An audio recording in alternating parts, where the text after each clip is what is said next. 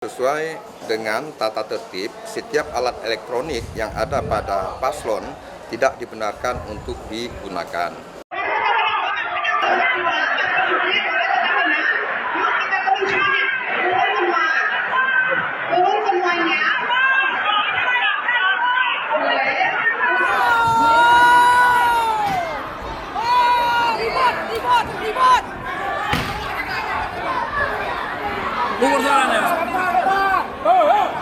Ada kecurigaan dari salah satu paslon yang mengindikasikan paslon lainnya itu menggunakan alat perekam atau barang elektronik yang melekat di badan. Ini perlu kami sampaikan, sebenarnya KIP tidak menghentikan atau membatalkan tapi menghentikan menyusul kita ada kesepakatan dari dua paslon yang menuangkan dalam bentuk secara tertulis dan ditandatangani.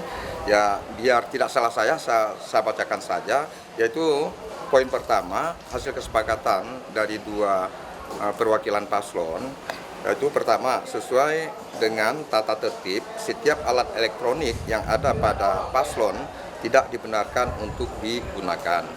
Nah, poin kedua, dugaan terhadap alat elektronik yang digunakan oleh salah satu paslon sudah dilepaskan.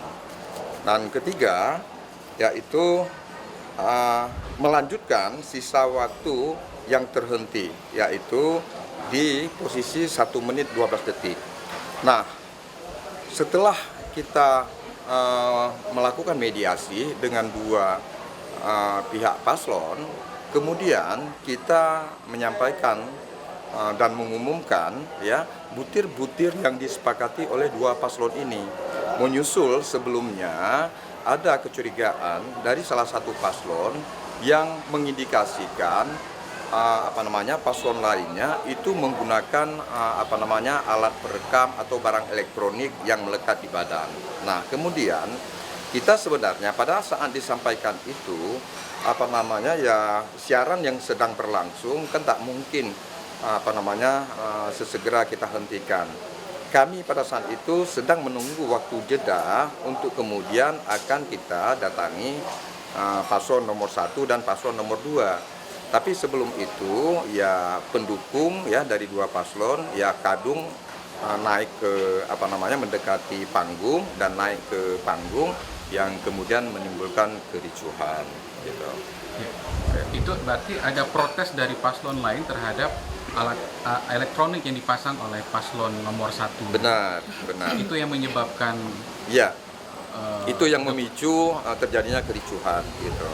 Tapi kemudian kita bergerak cepat untuk kemudian langsung kita ke belakang mencari paslon nomor urut 1, kemudian kita juga cari paslon nomor urut 2. Namun karena memang